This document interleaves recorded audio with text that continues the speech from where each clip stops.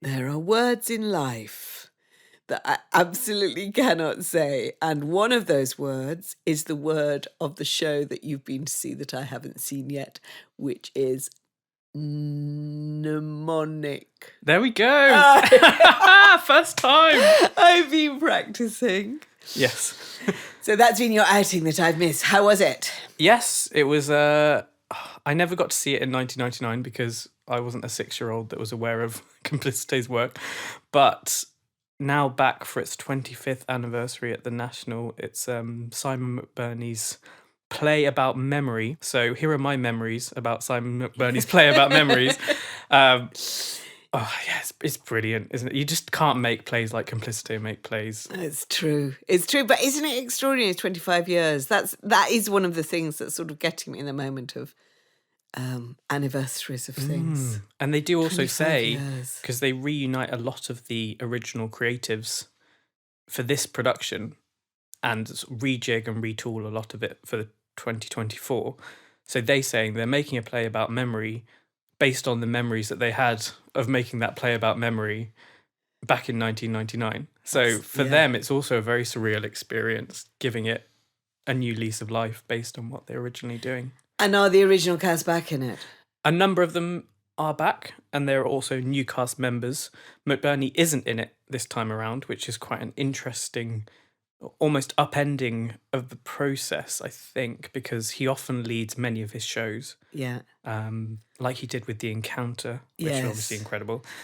So then to not see him on stage, but sort of feel his touches everywhere across it is very fascinating. He's interesting, isn't he? Because he is such a memorable stage presence. He's a really special stage presence because he doesn't seem to be doing anything, but he sets the tone somehow for everything that he does. He does. And I just think it's very special that we can have that company still making amazing work and back at the National Theatre for a very limited season, but a nice gift for, people who didn't get to experience it the first time around. But speaking of significant events, we are recording the What's on Stage podcast before the UK general election, but What's on Stage podcast listeners may well and probably very likely going to be listening to this with a new UK Prime Minister in Downing Street. If the opinion polls are to be believed, it looks as if Keir Starmer will be in on this Friday morning.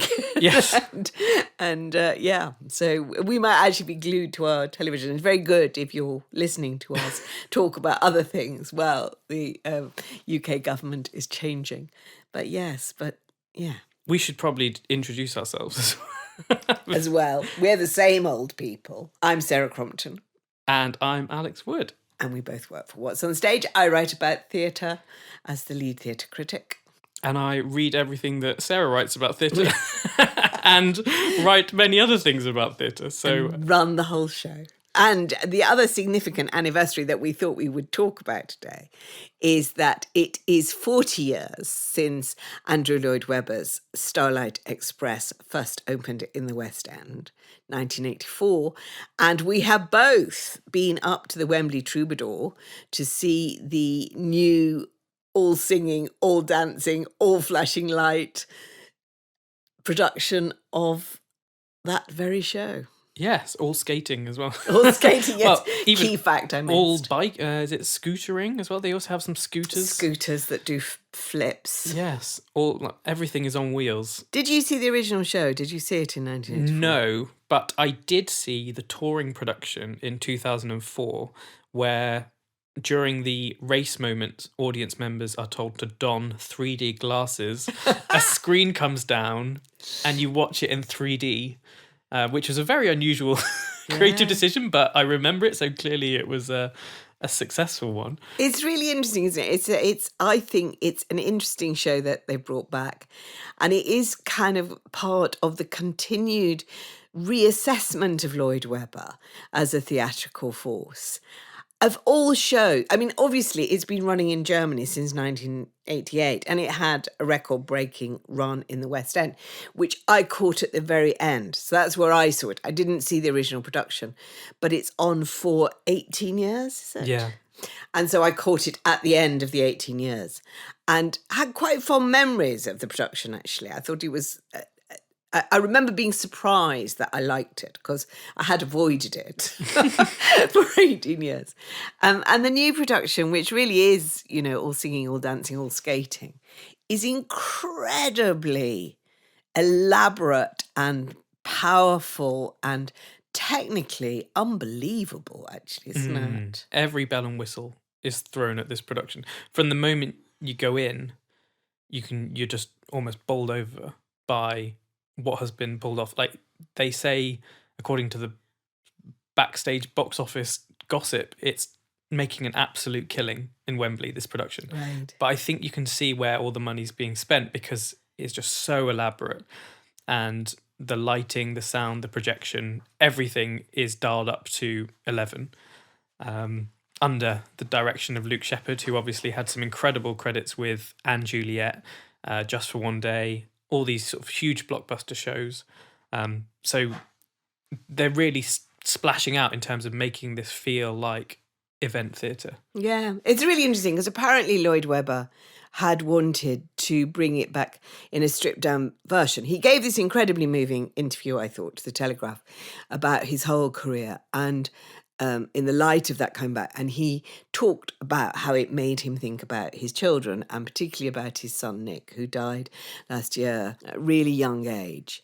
And I think his instinct was always it was a show for his children. He always said it was for Nick and Imogen, and that it was a show about trains and about one of Lloyd Webber's kind of odd obsessions with steam trains, and it has got the quality of a child's story and a fable really, and I think his original idea was he'd bring it back small, and it's ended up coming back incredibly big, and that's interesting. And when we don't quite agree on it, when I was watching it, I kind of wanted it to be smaller because I adored the technical stuff. I think Howard Hudson's lighting is unbelievable. And my favourite thing actually was that it starts off with a child's mobile of a planetarium. And then that becomes a real thing. So you really get the planets kind of hanging over the Starlight Express. And there's a wonderful, wonderful starlight effect where they actually sing that title track, which is such a good song. So I loved all that. But I felt slightly that I was having my head banged against the buffers of technique. I longed for a tiny bit more sort of a touch of humanity in it. It's interesting because one of the points where we disagree is I think that they do inject more humanity into it by replacing the character of Control with a child. And there's a number of child performers who do an incredible job bolting across this Troubadour Wembley space, essentially conducting the whole Starlight Express race, which, given the Telegraph interview talking about Andrew Lloyd Webber and his son, and how his son was one of the prompts for the show, to then bring a child back into the show and essentially be a stand-in, in a way, for Andrew Lloyd Webber's own son, for me, felt really humanising and added that human touch. And actually, we were interviewing him before the opening night and he cracked up on camera to us, talking about his son and how his son played such an important role in bringing the show to the stage. So I think there was a bit of humanity. Also, having seen Newsies at the same venue, which compared to Starlight is much more stripped back because obviously you need a much larger playing space for the huge ensemble dance numbers in Newsies, the award-winning dance numbers in Newsies.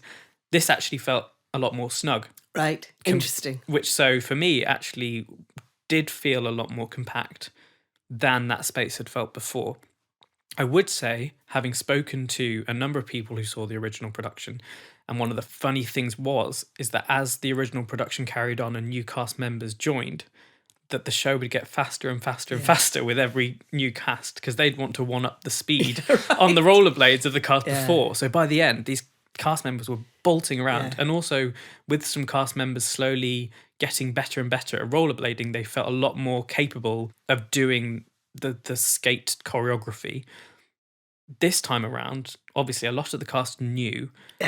They're still sort of getting to grips with that skating. So it did feel a bit slower.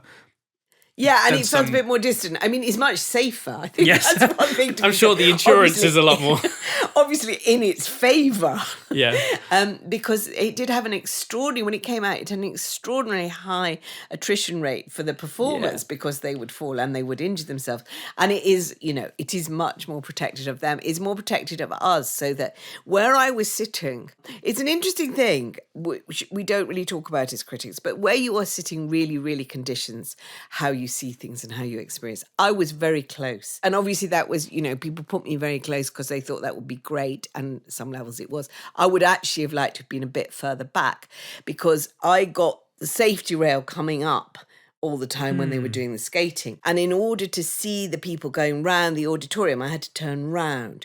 Whereas I felt, actually, if you sat a bit further back, you would have seen better.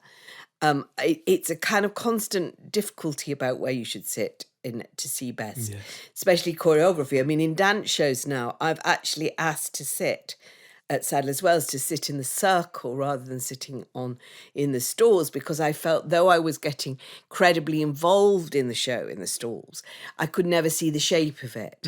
But then sometimes I think, I'm now quite a long way away. So, and I know that a lot of people's experience of shows is from the gods, which is, completely different again. And what's interesting about Wembley is I suspect there are no bad seats. That's the other interesting thing, that it's beautifully sort of configured so that wherever you're sitting, I think you probably see really pretty well and get a sense of what's going on. It's not that I didn't like it. I mean, I should say that, but I do remember just feeling a bit closer to it. I felt sort of distanced from it somehow this time. And I found it too loud. This isn't my other Maybe big that's also bugbear. one of the reasons with where you're sat. Might have been, because they activate the technology, don't they? Yeah. As they come round, the skaters. Yeah. So they're actually controlling what you hear as well as what you see, because by processes that I'm too technologically illiterate to understand, they trigger certain sound speakers as they go past you. Wow. So that might have been part of it. As much as the view is an issue for critics, I also think that there is something about the night that you attend. And we're moving towards that Broadway model for big opening nights in London, where critics will be invited to say 3 or 4 performances before opening night. So press performances, in inverted commas. And obviously some critics will attend on a Thursday, some might attend on the Friday. In this situation, I was attending the opening night on the Sunday. And opening night energy is naturally very different to a paying audience energy. And especially if you have a rotating cast or different performers appearing on different nights, that also can change the energy of a show. Yeah. There isn't such a thing, say, in film, where the product is the product and everyone is seeing the same thing every time. With theatre, because of the nature and the magic of live performance, your experience of Starlight Express could be wildly different to my experience of Starlight Express. And it is interesting. I chose to go to the gala night of Mean Girls because I thought, actually, that is a musical that needs a gala night. And in fact, as it continues its run, every night will be gala night, because it will be full of sort of parties of women going to see it and sort of celebrate it. And so I was really pleased to go to a night where everybody was wearing pink except me, because I actually don't really have anything that's pink. But I tried. I did put a frock on, so I did try.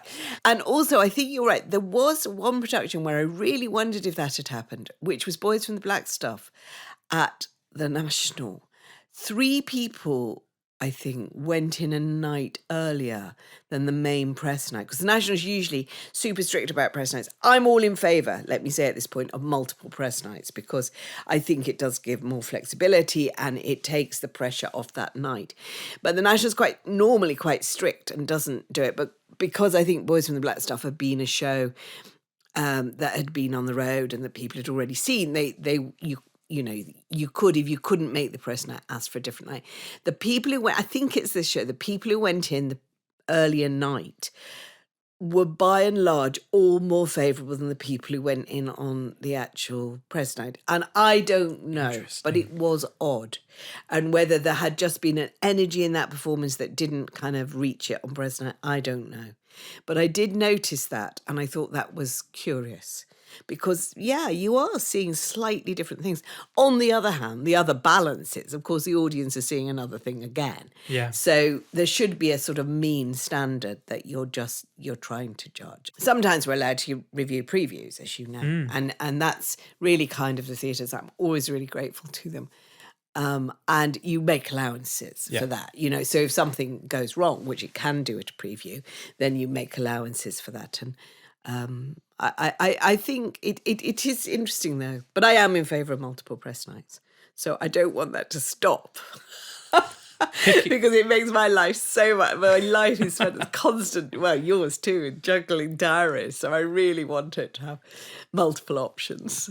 But yeah, there's definitely been nights where I've been sat up till 11:30 waiting for you to file a review that can then be published bang on midnight. So that very intense flurry of writing that takes place. That's so stressful. Picking up on your point about View, another Lloyd Webber musical that I adored was Jamie Lloyd's production of Evita. Yes. Which I saw in its final week at Regent's Park Open Air Theatre.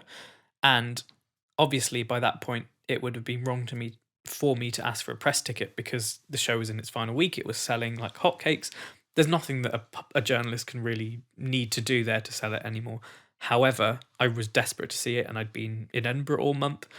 So I bought a ticket probably about 3 rows from the back, and seeing the production from a perspective that critics would never have felt so much more illuminating. Seeing this huge ensemble-led choreography and the very stripped back production of Evita, where bodies were telling the story rather than set pieces or costumes or anything, so much more rewarding. And I think I probably got a better experience than I would have done if I'd been in one of the press seats.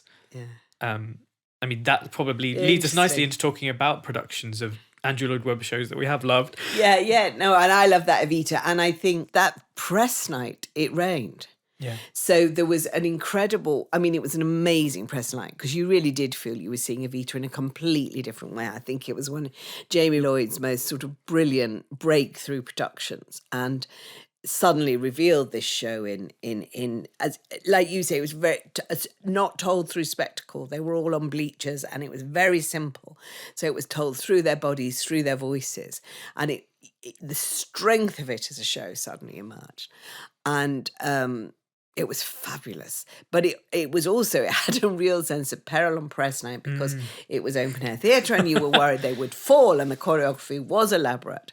And they actually had, I think they had to pause, is my memory, that it rained hard enough that we all had to wait for them. And that's an incredible testament to a show where you have to pause and then come back on and you still want to give it 5 stars, you know. It was fabulous production. And yeah, it's part of this thing that, Jamie Lloyd obviously went on to do Sunset, which again, kind of a completely new look at Sunset Boulevard, which I really think has repositioned Lloyd Webber's work differently and allows us to look at him differently now. He definitely sits in a new space since that production.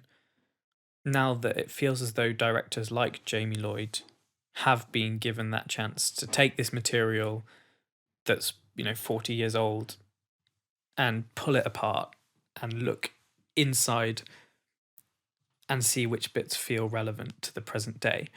One of the interesting things about Evita and Sunset is that they both see Lloyd working with choreographer Fabian Aloise, who I think in both cases is instrumental in creating the new Lloyd Webber world that exists. Obviously, what most people remember about Sunset Boulevard is the incredible video design, which saw Tom Francis going out onto the Strand and walking around the Savoy Hotel and then back into the theatre, all in real time, which was an incredible feat of sound design and video design working in complete concert. But for me, it was, again, the bodies on the stage without a set or anything, except for this giant video screen, of course, creating this world, this frantic, backstabbing Hollywood situation that Joe Gillis is living inside. Yeah. And really turning her into a tragic heroine, isolated figure. and it's her isolation that the production expresses. Oddly, with Lloyd Webber, I really came to him with Sunset Boulevard. So historically, this is my feeling, and I'll just say it, that if you were growing up watching musicals in the 1980s, I don't think it was the world's richest time for musicals. There were all kinds of weird musicals. Moby Dick, I think, was around then, and Which, which I've previously referred to as the world's worst show. And there was a lot of sort of rock crossover going on. And, you know, Lloyd Webber, in his early career, is sort of at the forefront of that. So Jesus Christ Superstar, which is a fabulous musical. But then Joseph and Song and Dance and Starlight, to some extent, he's playing around with this review show formula. And then comes Phantom. I mean, that to me is the extraordinary thing about Lloyd Webber, that you have all these kind of really interesting shows, and then Phantom. And Phantom's the mega show. And Evita, I suppose he's already done by that point, which actually I think is one of his best shows. But I'm snooty about Lloyd Webber because I think what he is big effects, swelling melodies, not incredibly interesting stories. And I'm in with Sondheim, and I'm with all the experimental musicals happening over the Atlantic. That's what I like. I like that strand. And then I go and see Sunset Boulevard in its original incarnation with Patti LuPone. And it's very, very big, and it's very dark, and it's got this famously sort of slightly recalcitrant set. But it is also utterly brilliant. And I sort of begin to get Lloyd Webber, and then I work backwards, and then I've stuck with him. John Snelson wrote this brilliant book about Lloyd Webber's musicals, in which he makes a really sort of powerful case for the music. And what I feel about him is actually he's much more experimental than I had ever given him credit for. And in a way, that's the bit that these new productions are feeding into. It's funny how I think new productions allow that experimentalism to shine. So Timothy Sheeder's version of Jesus Christ Superstar, that was also at Regent's Park Open Air Theatre, highlighted just how experimental some of the musical choices were. Yeah. And I can only imagine when someone put on that concept album way back when, it would have been absolutely mind-blowing to hear, you know, the story of Jesus's downfall completely reinterpreted and embellished alongside some wonderful lyrics by Tim Rice, embellished with this understanding of contemporary celebrity culture. You know, he's talking about how Jesus would be way more successful if he existed in the present day because he'd be able to reach a whole nation. Imagine someone writing that now being like, oh, if Jesus was on TikTok, he'd be huge, and something like that. Yes. But actually, that's exactly what Lloyd Webber was saying almost half a century ago. Yeah. And now we're almost allowed to reinterpret that through these new productions and reappraise that. And I do think we're going through something of a Lloyd Webber renaissance, because he kind of let the screws loose slightly more by letting people have at his work in ways they might not have been able to 10, 15, 20 years ago. In New York at the moment, there's Cats, the Jellicle Ball, which is reinterpreting Cats within the context of the ballroom culture that's existed since the late 19th century in the USA, you know, adding elements of voguing and contemporary choreography and completely transforming the meaning of the show Cats, which famously is just about cats. So why is it just about cats? So one of the most famous sound bites that Hal Prince ever delivered, which is sad because it's Hal Prince, so he should have millions of brilliant sound bites. He was talking to Andrew Lloyd Webber about the meaning of cats. And he'd come up with this elaborate metaphor saying, is it about Queen Victoria? Is it about Disraeli? Is it about Gladstone? All these different cats and what they represent. Is it about class structure? And Prince said that Lloyd Webber just turned to him and said, Hal, it's about cats. And that's it. But actually, now directors are saying, well, yes, it's about cats, but what else can it be about? And I think that's the same thing with Sunset Boulevard. I think, yes, it's about the perils of fame, but actually when you cast someone like Nicole Scherzinger as Norma Desmond, it becomes something else. It becomes about something else. Yes, it is. And it's about dreaming. And I think that was always the quality it had, that those great sort of transformative songs about dreaming of something better and dreaming of the power of culture. to change your life, essentially, which is what she sings about. And which, in a sense, is what Phantom's about as well. I think he does tap a sort of deep romantic vein in culture, but that's also actually a bit more profound than the romance. It has got a kind of real resonance to it. The other thing that strikes me, or other things strike me about why he deserves a renaissance. One is that I do love his willingness to let anything happen to his shows. I mean, the film Cats obviously is, disastrous case in point. And I don't think he cared for it, though he's always been quite careful, hasn't he, about what he says about it. But, good on him that he was just willing to let it go. And then letting Jamie Lloyd and Tim Sheeder take these shows and really play with them. I mean, it's quite a brave thing. I was sitting behind him on the first night of Sunset Boulevard, and obviously he will have seen rehearsals, but as it unfolded in all its kind of radical black and white glory, you thought, God, hats off to you. This isn't what this isn't what you imagine when you sat down with Don Black, and a really realistic telling. And yet you've gone along with it. And I mean, I think obviously he loves that because it has. But the other thing that's interesting in Starlight Express is I think we both agreed that one of the great moments of the show is a completely new song for Hydra, who is a hydrogen-powered carriage. Go along with the train metaphor. But it's a fantastic new song, actually, and kind of funny and witty.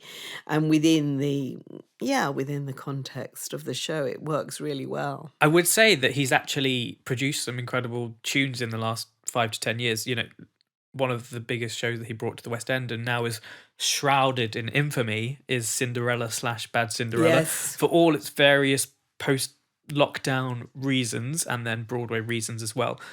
But within that show are some of the best musical numbers in terms of the tunes that he's brought out in quite a while. I'd say I Know I Have a Heart is one of the best ballads I think Lloyd Webber has ever written.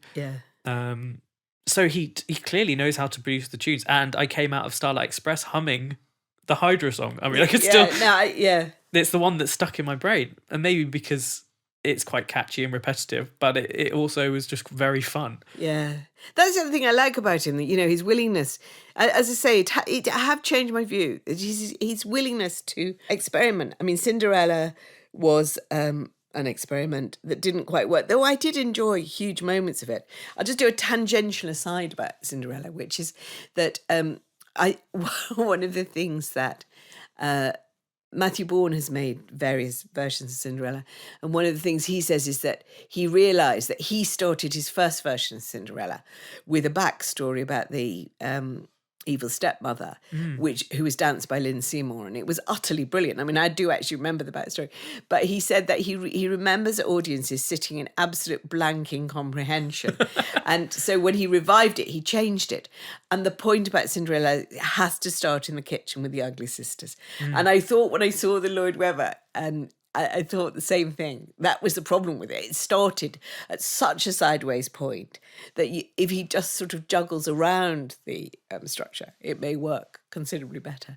But I also loved, and hope somebody actually in the spirit of revival will have another look at, Stephen Ward, which I thought was a really interesting musical about the kind of subject that Stephen Sondheim would have written a musical about, a kind of a sex case and a story about the corruption of British society. And it's a fascinating show, and it's got some brilliant musical writing, brilliant orchestration in it. And the last interview I saw with Lloyd Webber, he sort of wrote it off, and I kind of hope he won't. I think it just, again, needs a little bit more looking at, and has got, in its essence, it's a fabulous show.